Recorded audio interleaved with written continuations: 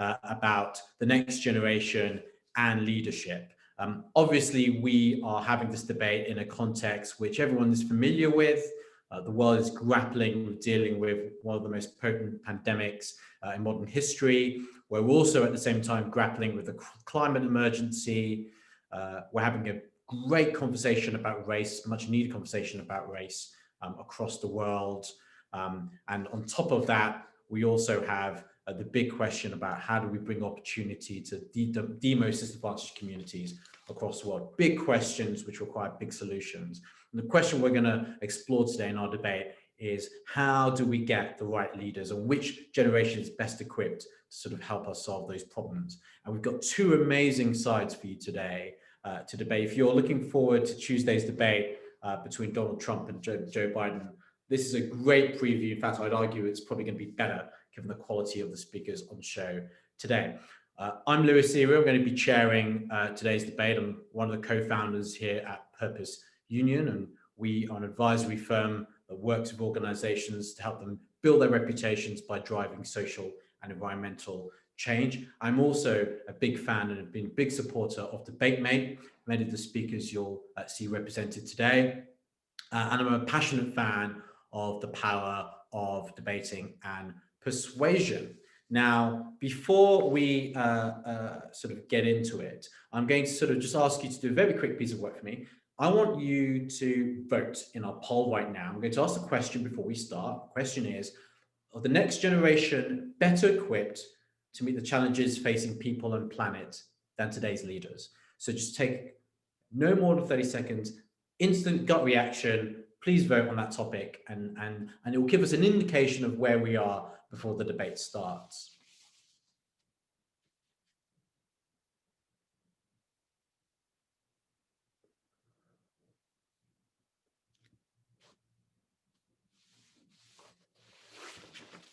Brilliant. Now I'm going to go through the rules, and it's interesting that we have got quite a substantial majority of people thinking that the proposition, the side that believes the next generation are better equipped, supporting the side. So the opposition have a bit of work to do in this debate. But let's quickly go through the rules. So you're going to see two teams of three speakers putting forward a case for and a case against the motion. Every speaker is going to have an equal amount of time, that's 3 minutes, to put their case forward. And the speeches are going to alternate. So we're going to start with the proposition side, and then we're going to swing over to the opposition side, and it's going to bounce back and forth. Then at one point in the debate, we're going to ask you to enter your questions. So if you've got a point, an observation, a query you want answered, please use the sort of Q&A function to ask your question, and we'll pick out some of those questions. And then the speakers who will give the summary speeches, that's a closing attempt to win you over, will respond to those questions. One more thing, during the speeches, you'll see the speakers ask for permission to interrupt each other by usually saying point of information. That's allowed. This is their opportunity to ask for a moment of clarification or to make a particular point to a particular speaker. So don't be too alarmed if you see that. So without further ado, now we've established the rules, I'm delighted to ask all the speakers to sort of come onto the virtual stage right now.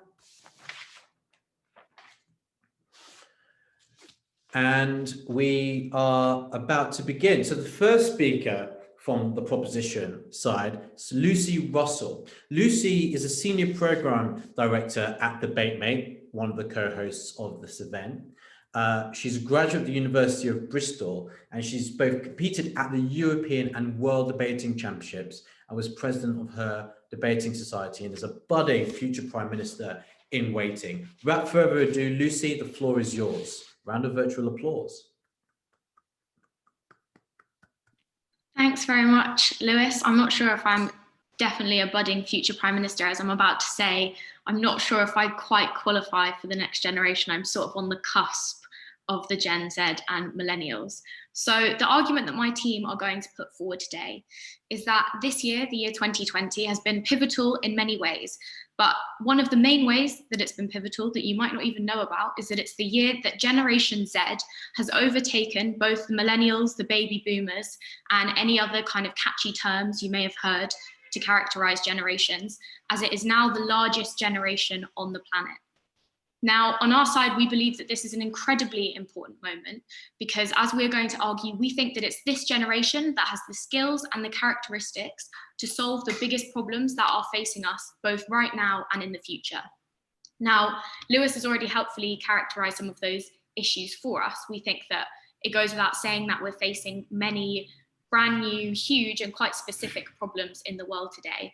The pandemic has obviously exacerbated so many existing problems when it comes to environmental collapse, the sort of poverty, inequality, and injustice that we're seeing in so many different areas of the globe.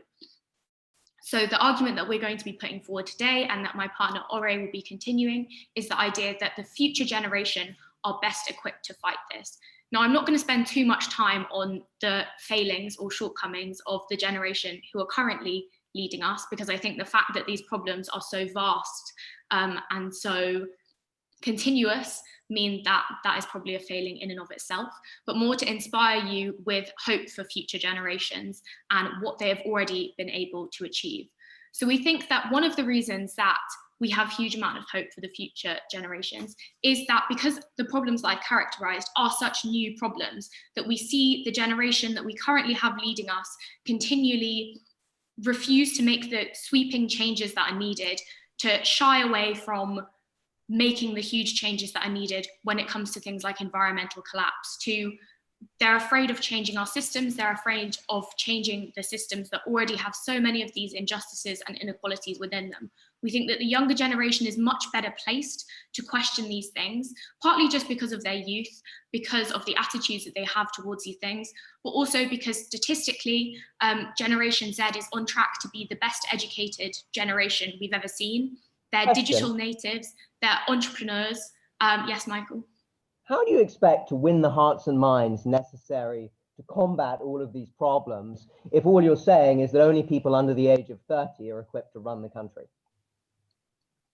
I don't think it's a case of only people under 30. I mean, there's only people over 30 running the country right now. So when it comes to winning over hearts and minds, I think it's just about having trust in the individuals that are in government. And personally, I think having trust is not about necessarily going, oh, you guys can't do this because you're too old. It's looking at the competencies and the qualifications of those people. And actually, young people have proven themselves time and time again that they are able to do these things because of the skills that I've mentioned.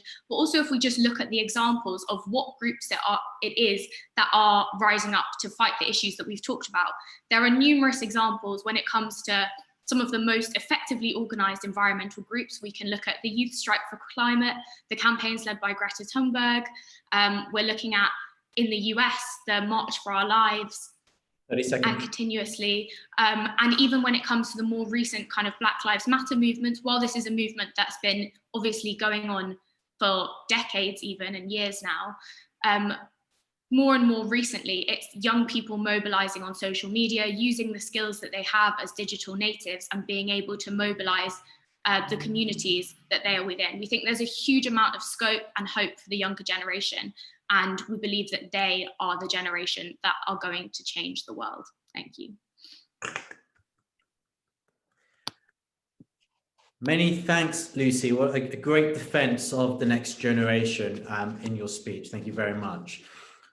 To open the case for the opposition side who is standing up for the current generation, we have Michael Dunn. Michael Dunn is a former world #1 in the world of competitive debating. He's won over 30 debating competitions across the world, some likening him to the Tiger Woods of competitive debating. You can make a decision as to whether or not that's a favorable comparison or not.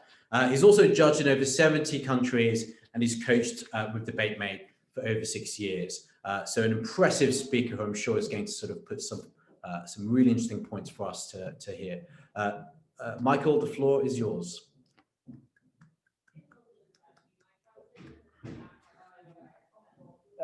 Thanks very much. So first, I should comment on really the only thing that gives anyone any credibility in this debate, which is, of course, my age.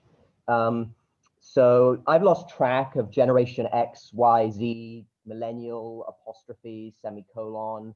But what I can tell you is I'm 25 years old. So hopefully that means I'm young enough to still have a voice in propositions view. So I'm not going to do the annoying debatey thing of making machine gun points at you today. Instead, I really just want to talk about one thing that hopefully should be very intuitive to everyone watching today, and that is that this type of division, whether it's between generations or ethnicities or socioeconomic classes, is exactly what is paralyzing the world today. I have hope for the young, but I also think we have a lot we can learn from our elders. And I think that the only way that we make real change, especially when we face problems that require a collective effort from everyone, is by embracing everyone's perspective. We forge consensus in a conversation that starts not with saying, I know best, but with listening. And that's the case that I'm going to put to you today. So why is it that we need to embrace everyone's perspective to make change? I think it's two reasons. The first is because everyone has something to contribute. I don't claim that in my 25 years of existence, I have learned everything that there is to learn about the nature of human suffering. And I don't think I'd learn that in 100 years. But I also don't think that someone over the age of 60 has learned everything. I think the important thing is to have a discussion and embrace everyone's perspective and give everyone a role. But second, and more basically, you have to include everyone, because that's the only way that you make change when we're facing social problems that require everyone to do their bit, whether it's paying their taxes or wearing a mask. And I know what opposition are going to say and what they have said. They've said, this hasn't worked. Look what's happened in a world where we tried to embrace older people.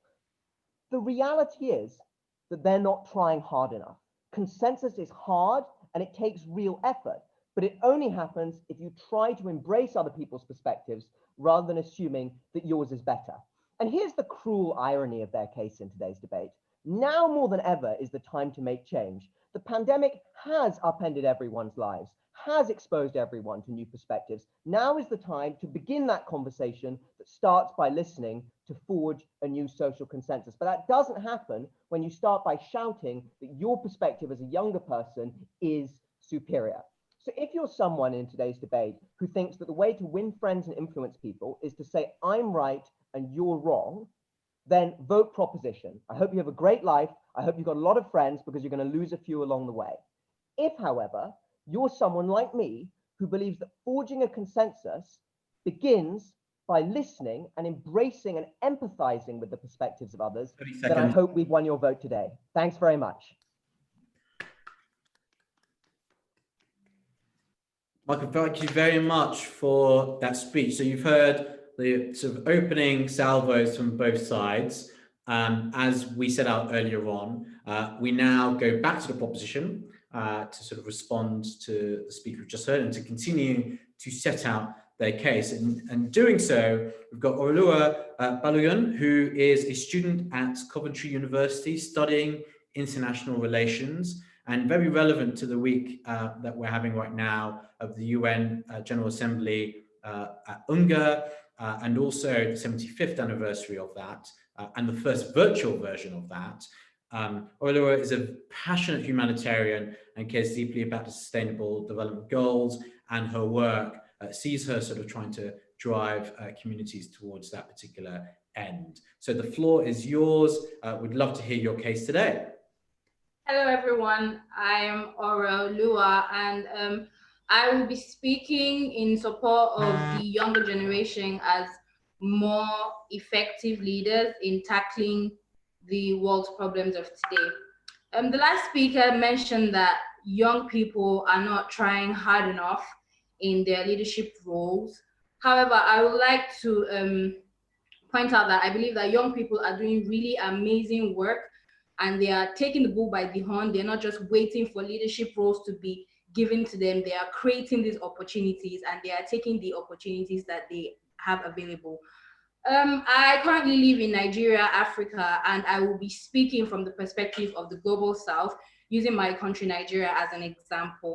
So the youth in Nigeria recently began an initiative called the Not Too Young to Run initiative. And this has to do with more young people being involved in politics, it was an initiative that was championed and led by Yaga Africa, which is the youth-led community civil society organization, I beg your pardon, and involved a number of other civil society organizations which are youth-led.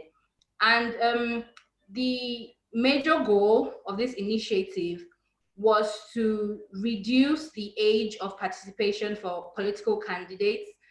And this initiative was relatively successful because in Nigeria, the age for candidates that want to run for presidential election was reduced from 40 to 35, and for state assemblies, it was reduced from 35 to 25. So I would like to say, and I believe that everyone will agree with me, that this initiative, which was youth-led and youth-sponsored, was relatively successful. In fact, the initiative was recognized by the United Nations, it was recognized by the AU and by the ECOWAS. Other than this particular initiative that I have mentioned, we have a lot of young people in Nigeria and in Africa that are doing amazing things. They are leading, they are trailing, they are trailblazers, they are taking responsibility, and they are coming up with innovative ideas to tackle the problems that we're facing in our society. We have young people that are starting fintechs that are in technology. We have young people that are battling climate change, and they are providing innovative solutions that the current leaders, who are the members of the older generation, were unable to do. And I believe that these solutions that they are bringing forth are very relevant. We're seeing progress, we're seeing change, we're seeing positive change within our community. And yes, if you even want to consider, for example, the Arab Spring, which was a form of revolution, which was championed by young people in African states to ensure that there was a shift in their political society, in the politics or governance of their communities. And the Arab Spring was relatively successful. We saw that there were a number of changes in governance in those countries that had the Arab Spring. So I believe that young people are not just lax. They are not sitting down and waiting for leadership opportunities to be made available to them. They are creating these opportunities, and they are taking the bull by the horn and providing innovative solutions to the current world challenges. Thank you. Thank you very much, Olua. A great speech and a great context setting from the Global South perspective. Next, we have Harish Natarajan. Harish is a former finalist at the World Debating Championship. He's also a former European debating champion, and most recently has actually sort of scored a massive goal for mankind, debating a robot and winning against said robot. So when the robots come for us, Harish is going to be the one negotiating on our behalf collectively. He also works for a global strategic advisory firm that looks at foreign policy and global affairs. So without further ado, Harish, over to you. Well, thank you, everyone. I just want to start with two brief comments about what we've heard thus far. I think it is undoubtedly the case that young people are capable of a great many things. Yes, there have been innovations like fintech, which have been pushed by the young. I think everyone has to accept that. And it is certainly true, this huge capability of young individuals across the world to push forward positive change.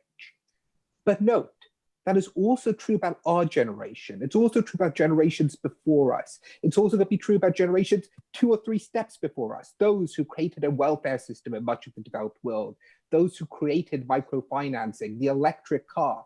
We could continue down this road forever. The point is just that every generation has capacity. And the question is, do we think one is better equipped to deal with the future than any other? And to the degree that was ever the case, the claim was just structural, that there are structural problems with the world as it exists right now. And if you're older, you just accept that as natural. But I don't think this fully grasps the reality of how people think. And I want to note, when we ask ourselves, what is wrong with the world? If, for instance, you are a man in your 40s or in your 50s, you could find the problem with the world right now to be that of globalization. The fact there is too much free trade, which is what's creating structural unemployment and therefore creating inequality. In other words, you can identify a structural problem. But is that the only structural problem? Well, maybe individuals right now were located all in terms of automation and inequality created. But neither one of those perspectives would be uniquely correct. And the reason we look at things from a certain perspective is because of our own life experiences. And younger people may well have different life experiences. The vast majority of them do, than the older generations. But that doesn't mean they know all the problems which exist. There will be perspectives they will have, but that will not quite be sufficient given the complexity of the problems. But I think even once we abstract away from that, I think lots of the problems which people are identifying, like climate change, like racial inequality, aren't things which could even be solved by a future generation. I think part of the reality is, if we look at climate change, for instance, and we look at the global south, if you're a middle-class individual in India, 10, 20 years down the line, you still want your car. It would seem grossly unfair to you that someone in the United States could have the SUV while you are expected to pay 3 times as much for your fuel-efficient car. And those are going to be the political problems which exist irrespective of what generation is in the place. Why should we not have what other individuals had? And that's a question about prioritization. So I think in the end, no one can deny that generations and young generations have capacity and can contribute. But they'll look at things from a certain perspective, while multiple perspectives will be necessary to get a full picture and the right kind of structural change. And even if you could have that change, ultimately, there are always going to be pressures to continue along the lines we're going. And therefore, I don't think anyone can be equipped by themselves to create the changes we all hope for. Thank you very much, Harish. We are now at the stage of the debate where the speakers have given you, or the first 4 speakers rather, have given you their versions of their cases and why you should vote for their side. It's now time for you at home watching, or in the office, probably at home, to ask any questions that you may have. Again, observations, reflections. In the Q&A box, chat box, and then we will answer them. So to kick off, and by the way, the speakers will answer the questions in their main speeches. So we're looking at you, Ella and Kiana. We've got a question here, which is, younger generations might be more educated, but a lot of the challenges that are faced right now, that we're facing right now, are decisions, consequences of decisions that we've all made collectively. So actually maybe looking at this from a generational viewpoint or perspective maybe isn't the right way about it. So that's one interesting question. I've also been sent another question directly to me, which is how is Generation Z more equipped when they were taught in systems actually created by the older generations? And do we need to wait for a new generation almost? That's a really interesting one. I've got another point here about resilience and grit. Maybe this is a controversial point, but some of these challenges are long and will take a lot of effort, and there will be lots of setbacks along the way. And this is just an open question from this member of the audience. Does one generation have an advantage in terms of being more resilient and having more grit over another? And does that indicate who would be best at solving the problems? And a very similar question from another member of the audience is pragmatism. A lot of problems will require pragmatic solutions to bring as many people together to get a consensus. Is there too much idealism amongst younger people, and might that set back progress? So some really interesting food for thought for the speakers. And as I said, you're going to hear the summary speeches. They're going to incorporate their answers in those speeches and have one last attempt to win you over. I'll remind you that based on our polling we did earlier on right at the start, that most of you tend to agree with the proposition. At the end of these two speeches, we'll see if people's minds have been changed. So we're very interested in that. Now, we've been working on the format that goes proposition to opposition, but traditionally in debating, when it comes to the closing speeches, we allow the proposition to have the last word. So the actual next speaker is going to be Ella Cox from the opposition. Ella is an assistant program director at Debate Maine.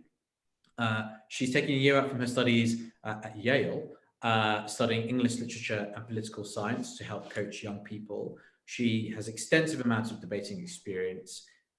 She is a winner of the Debate Mate Cup, and she's also represented her country at debating. And again, in terms of this intergenerational debate, someone who's touted as a future politician, from what I gather, in multiple countries. So very excited to hear from Ella giving the closing opposition speech. So round of applause for Ella. Thank you. So if there's one thing I've learned from working at DebateMate, it's that young people make great leaders. I'm not going to stand up here today and tell you that young people have too much idealism or don't have enough resilience and grit. In fact, I think young people for generations have always been great change makers. But this isn't a debate about whether young people are great leaders or not. This is a debate about whether Generation Z specifically are better equipped to deal with these challenges that we're facing today than any other generation before, or perhaps just today's leaders and today's generation. And we think on team opposition that the answer to that is no.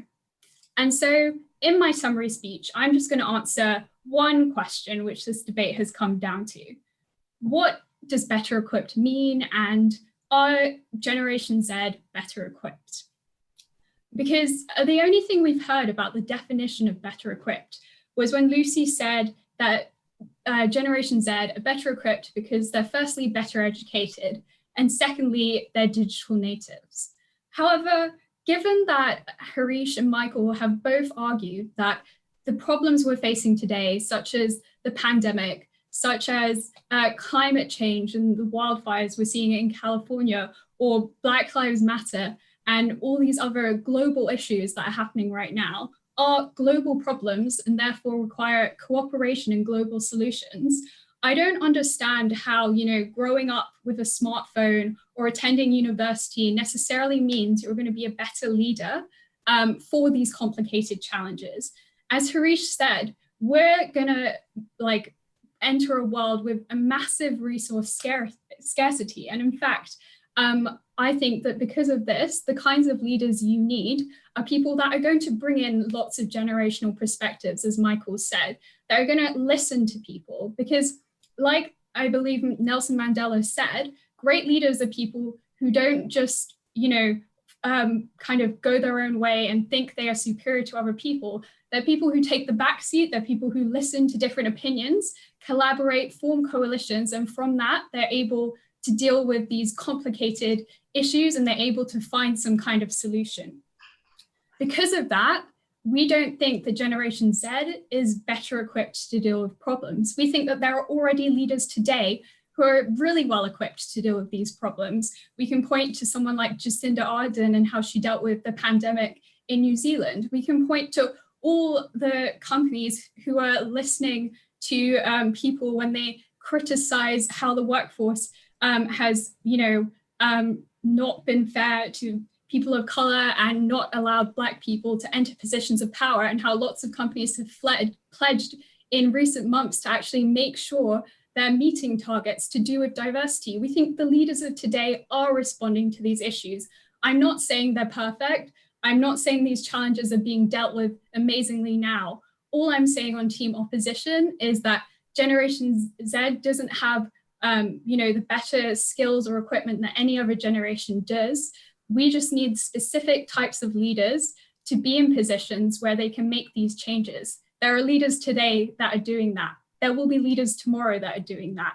And because of this reason, I'm very proud to oppose. Thank you.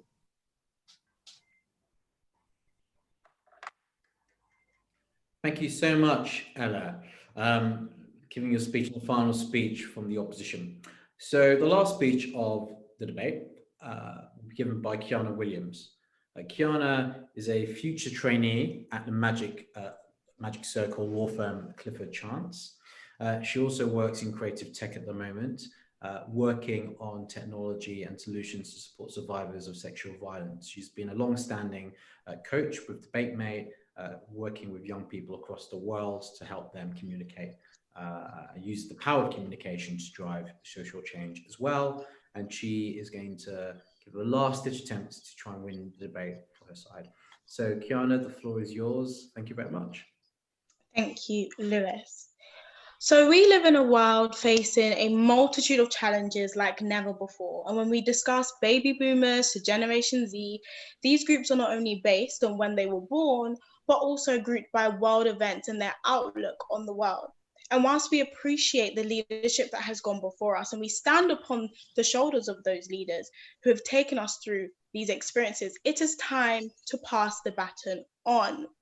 We need to pass the baton on to a generation that is fearless, a generation that is innovative, that is ready to create solutions, a generation that is not held, bound by memory lane and what the world used to be, but a generation who is deeply and relentlessly on the pursuit to create a better world and drive change.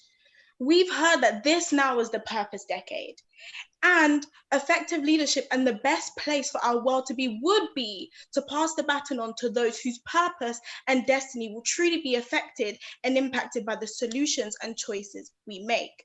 What's very interesting about side opposition is that they have decided that leadership on side proposition is somehow a dictatorship, that we are saying that we no longer want to collaborate, that we are all of a sudden saying that the generations that have gone before must remain silent. But what we're simply saying is that this is a relay, that there is now time to pass the baton on for the final leg or the third leg or whichever leg, so be it, in the solutions we have at play is necessary. One runner cannot run a relay race alone. And if we side with opposition, that essentially is the thoughted thing that they're suggesting we say, but we're not saying that. We're saying that the generations that have gone before were sufficient in their time, and the time we are in now requires new leaders. It requires people with new experiences. It requires Gen Z to be at the forefront. So yes, we agree we should embrace people and have different perspectives. We agree that every generation has capacity, as Harish has said. And we agree with Ella's point that young people do make better leaders. But where we disagree is the idea that that capacity or those perspectives are okay in the status quo now. We are saying to you all and to side opposition that the difference with Gen Z is that their digital native standpoint is imperative. It means they have connectivity. They understand how to reach the global south, the global north. What we're also saying is that they have a wealth of perspective, because when you go to university or you go on your year abroad, you meet different people that the generations before are just catching up to. So diversity and inclusion for Generation Z is not a buzzword, it's a reality. And therefore we need to pass on leadership to those who have the lived experiences and have the drive and tenacity to arrive at the solutions for the world we live in today.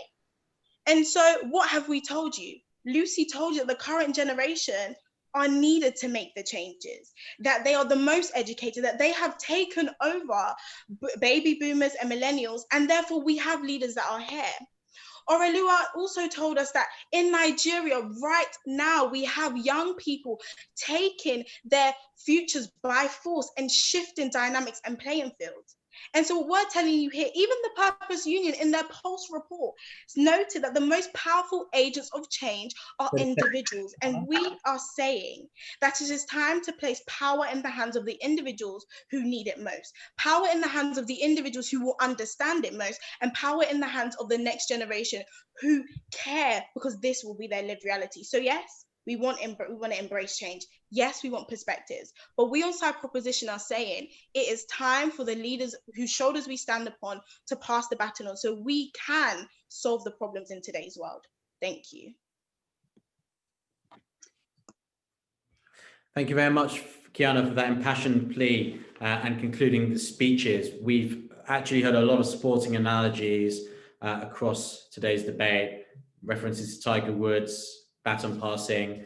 I'm now going to introduce another one, which is we're going to consult VAR to help us decide who's won today's debate. So like you did at the start, you'll be able to I'm sort of consulting in my ear the technical assistants who will help with this to vote on the motion. I'll read out the motion again. Are the next generation better equipped to meet today's challenges than the previous generation, or words to that effect? You've got a couple of more seconds to vote.